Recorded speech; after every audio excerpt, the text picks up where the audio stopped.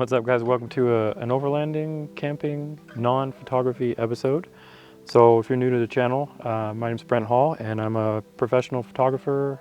I do all kinds of stuff: landscape, wildlife, astro, time-lapse, extreme sports, just everything that would require one to be outdoors. So naturally I'm outdoors a lot. Normally, traditionally, I have slept in this, my 2013 Crosstrek, or in a ground tent. But recently I've wanted to step it up and be a little more comfortable for my broken body. So I got this guy. This is the Roof Nest Meadowlark, and it's their newest tent, I believe, and it's their only soft shell tent. So I'm gonna go over a few things about that, but let's go ahead and get it set up and we'll talk about some features and some whys, pros and cons. And this isn't sponsored by Roof Nest at all. They have no idea who I am. I paid full price for this thing. This is just my experience with this thing so far. This is only like my third trip with it. But let's get into it. So first of all, there's 12 of these clasps. And we're gonna get them all undone, and then we're gonna open this up.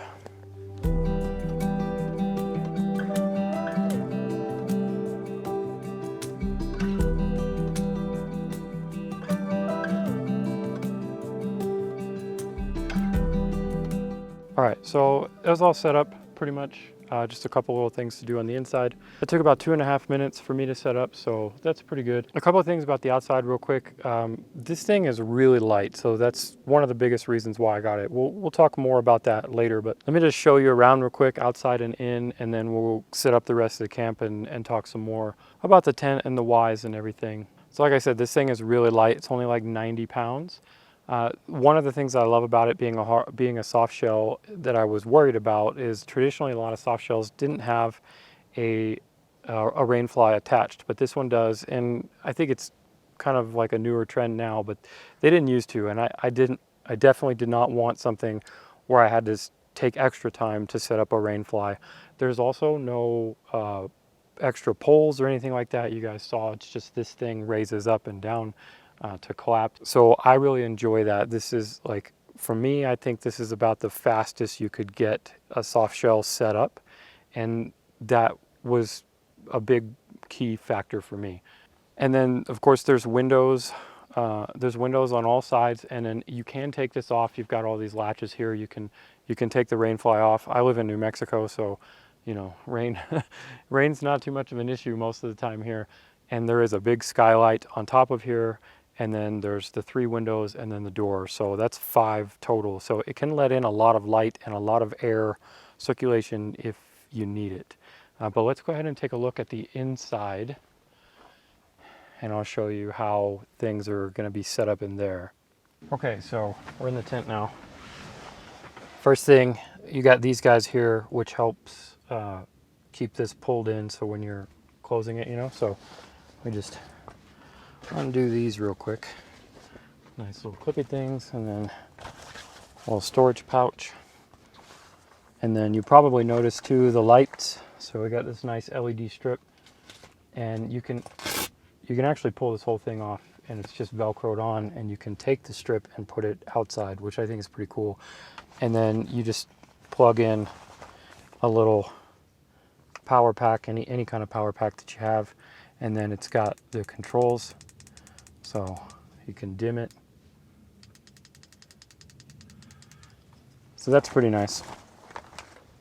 And then we've got the windows here. So we've got 3 different panels. So this is kind of like a love-hate relationship. I'm really glad that they have the windows, and I'm really glad that they have the mesh, and I'm really glad that the rainfly unzips. So I just keep this rolled up because, you know, like I said, I live in New Mexico in the Southwest. I don't have to worry about it too much. And it makes just this easier. So it's a lot of zippers, but I'm glad that it's there. I haven't had any negative issues with that. But the airflow in here, especially living out here, and it's so hot, and the airflow is really important to me. So that's nice. And then having the bug screen there on all of these windows, and the one behind me. Let's let some more light in.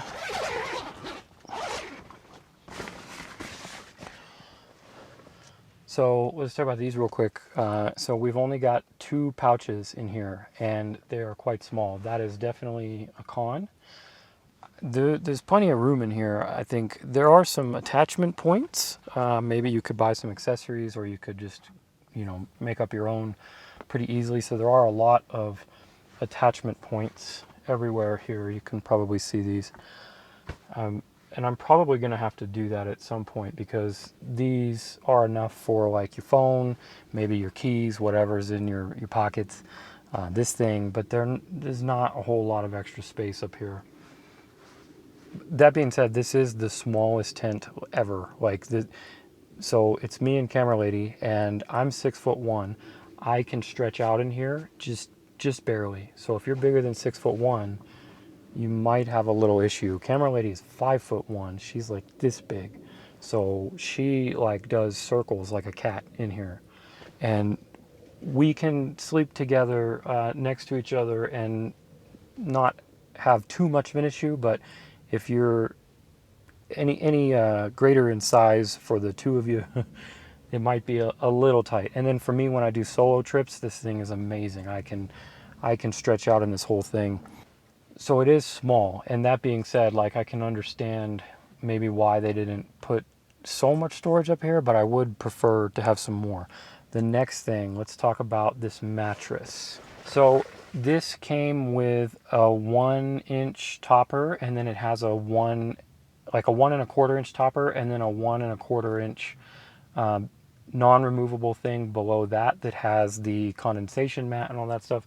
So it's like a 2.5 inch total pad. It wasn't very comfortable. So luckily I already had this X pad. This is what I use for like anytime I have to go anywhere, and I put this thing, any guests, or if I'm sleeping in a guest house, or if camping in traditional way, you get the point. I had an X pad.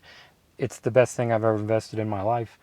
It's super comfortable, and it just luckily fits completely perfectly in here. So there's this much room lengthwise. So if you were to get this is the XPED Duo, and this is absolutely perfect. I don't remember the dimensions. I think maybe it's 48 inches or something like that.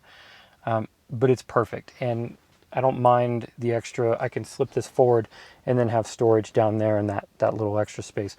But this XPED, putting this in here has been an absolute game changer. The military breaking my back and everything else that's wrong with my body, sleeping on this thing is just as good as at home for me. So I'm very happy with the XPED.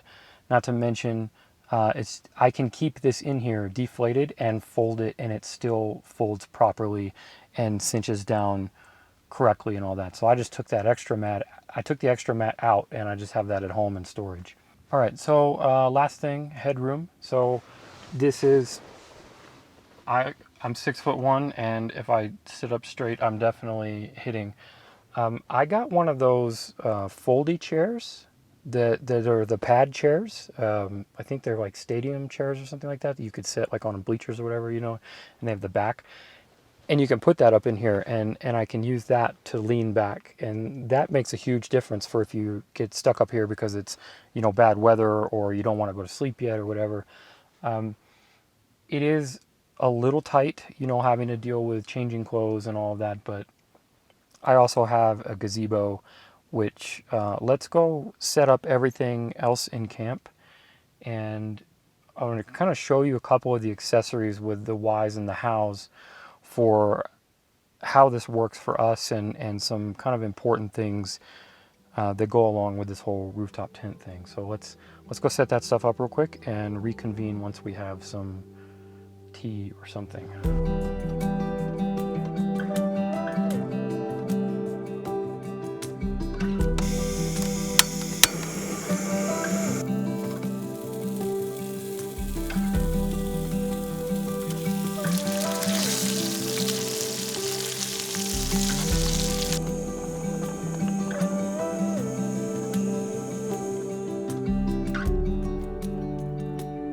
All right, water.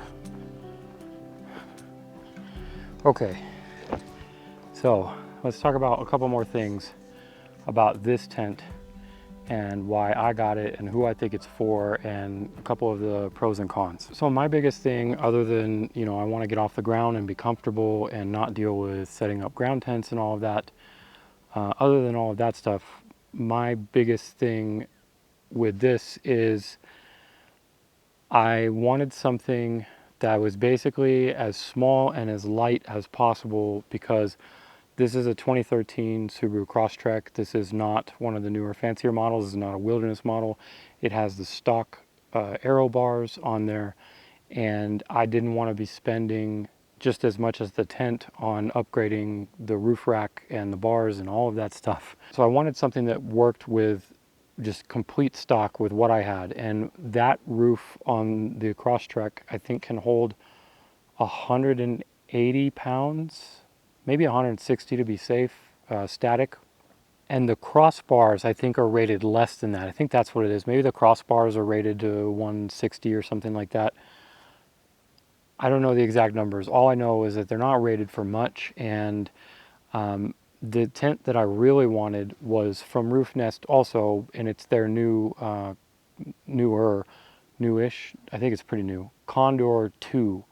And that one is kind of like the iCamper looking, and it's a hard shell, and it folds out to the side like this, but it's the hard shell comes out and then folds out this way. I really wanted that one, but the two things that kept me from getting that were, it's twice the price of this. This was $15.99. I paid full price. I didn't even get any discounts or sales or anything. And with taxes, it came to $17.24. The Condor 2 was like twice that. It was like over $3,000. And while it is, I believe it is nicer, it's the hard shell. It's got all the fixins, you know, cool stuff made for overlanding, and still a small enough footprint because I don't want anything sticking out over, you know, my Subaru on either the front. I've seen people put the clamshells and the bigger tents on the Crosstreks, and I personally, I just couldn't do it. There's too much overhang on the front for the highway driving and the flappiness, and even at the expense of those are a much lower profile, I don't want something hanging over my roof. So I want something short. This thing, very compact. As clearly you can see, it doesn't impede on either the front or the back of the Crosstrek. So packed up size, really important to me. Overall size and weight, really important to me. The other thing is the Condor 2, while technically they do show it with the Crosstrek, the Condor 2. However, that's a newer Crosstrek, and I think they changed the weight capacity maybe on the load bars of the newer Crosstreks, especially on the Wilderness coming up. I think that's going to be increased, but it is heavier, and they did recommend, they did say that it probably would be okay with the crossbars, with the stock crossbars, but the Condor 2 is heavier than this by a little bit. I think it's somewhere like between 140 and 160 pounds maybe, and this thing is 90 pounds. So it is a bit heavier, and I don't want to push the roof rack that I already have on here. So those are the main reasons why I picked the Meadowlark over the Condor 2. And then, like I said earlier, the other really important thing for me was not to have as fast. The soft shells kind of have always deterred me because they're not a hard shell. So they're seen as less rugged, they're seen as more of a pain to set up and all of that, but I've found that the setup and teardown is still faster than my ground tents, and all of the added benefits of being off the ground. And I found that because the rainfly on this one and the no extra weird poles sticking out or anything like that, because of all of that, it is really streamlined, and I'm very, very glad for that. Oh yeah, and on that subject kind of is, I wanted to mention, like, a lot of people, if you like look at for rooftop tent videos or whatever, a lot of people, one of the biggest negatives that people have, it seems that, is that the rooftop tent is attached to your car, obviously, so that, you know, if you set it up and then want to go somewhere, then you got to pack it all in, right? And then of course with that, if you're out here in BLM or if you're in some popular area like Tetons or whatever, you know, and you got a spot and then you leave and then you come back and your spot's taken. So I deal with that by putting the gazebo up. Or you can also get like a just cheapo Walmart tent or something and just throw it down, and then you have your tent to mark your spot, throw some chairs out, have the gazebo, I have it staked down, it's not going to go anywhere, and that marks my spot. And then that also serves, the gazebo for me also serves as a great shelter from the bugs and the rain and the sun and all of that stuff. So the gazebo in combination with, you know, a super small car like this, because I can't have an awning on this thing. I could maybe have like one side of an awning, but I can't have one of those cool 270 awnings because of this weird hatch and because of just the size of my car and the roof weight limit and all of that stuff. So having a pop-up gazebo, which sets up just as fast as an awning, is a huge, huge game changer for me with a tiny setup. So if you guys have, like, if you don't have a cool overlanding rig, Jeep, 4Runner, you know, that kind of big truck, whatever, that can have an awning, get yourself a pop-up gazebo, and then you'll have all of those problems solved. You'll have a place to hang out. You'll have something to leave your campsite behind, which is super important to mark your spot. For me personally, there's not really too many other negatives. This ladder, it doesn't store in my car. It stays on the rooftop tent, so I'm really happy with that. I don't have to set it inside. I'm happy with the fact that I can leave my X-Ped in there. I can't leave my bedding in there. That was one thing. I was looking at the Sparrow that pops up, and they can leave all of their bedding in that. But the Sparrow, again, overhangs and it's a lot more expensive, and just the list goes on. So I do have to keep my bedding in my tiny little car, but that's just kind of a know before you buy kind of thing. I know what I'm getting into. I know I have to deal with that. It's a small sacrifice for everything else. Speaking of sacrifices, the other thing about this thing, you saw it when it's compact, when it's packed down. It's not very compact. It's not very streamlined. It's a big box on top of your car, and it doesn't get good gas mileage. So my car without that thing will get about 32 miles to the gallon on the road. And I put these bigger tires on, these AT tires.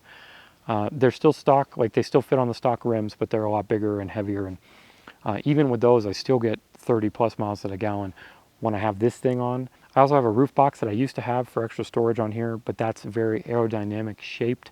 And that, even with that thing, I still got 28 to 30 miles to the gallon.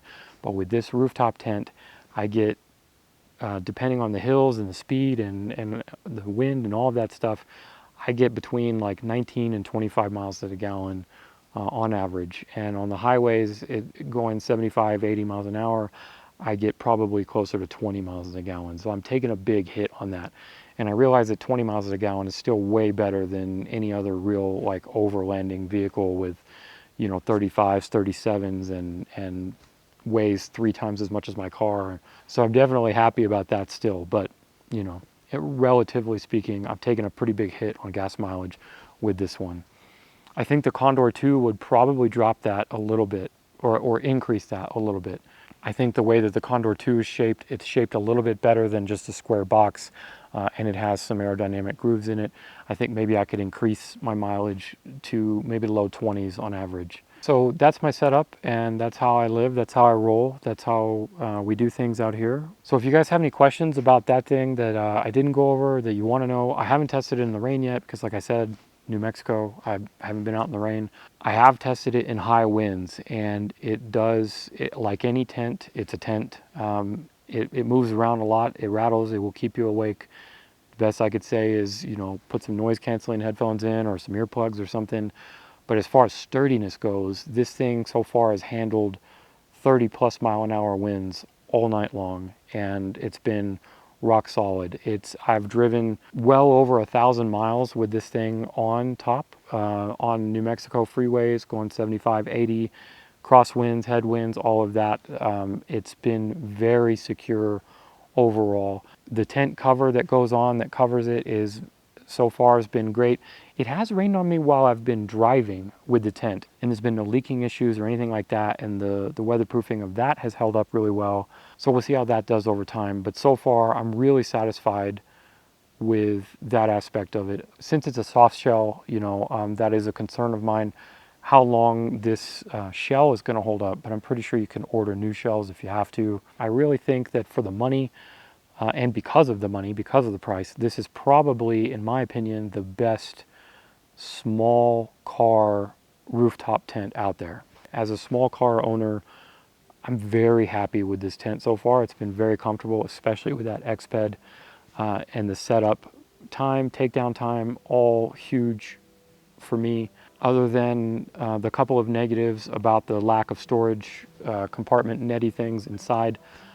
Other than that, I've just been super happy with that. So if you guys stick around to the channel, subscribe for more if you haven't already.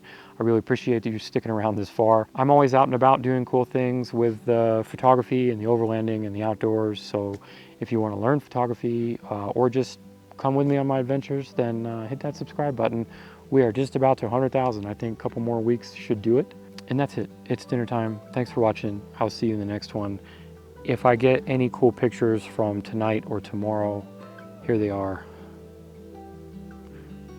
If not, I had a blast just being out here anyways. All right, that's it. I'll see you in the next one.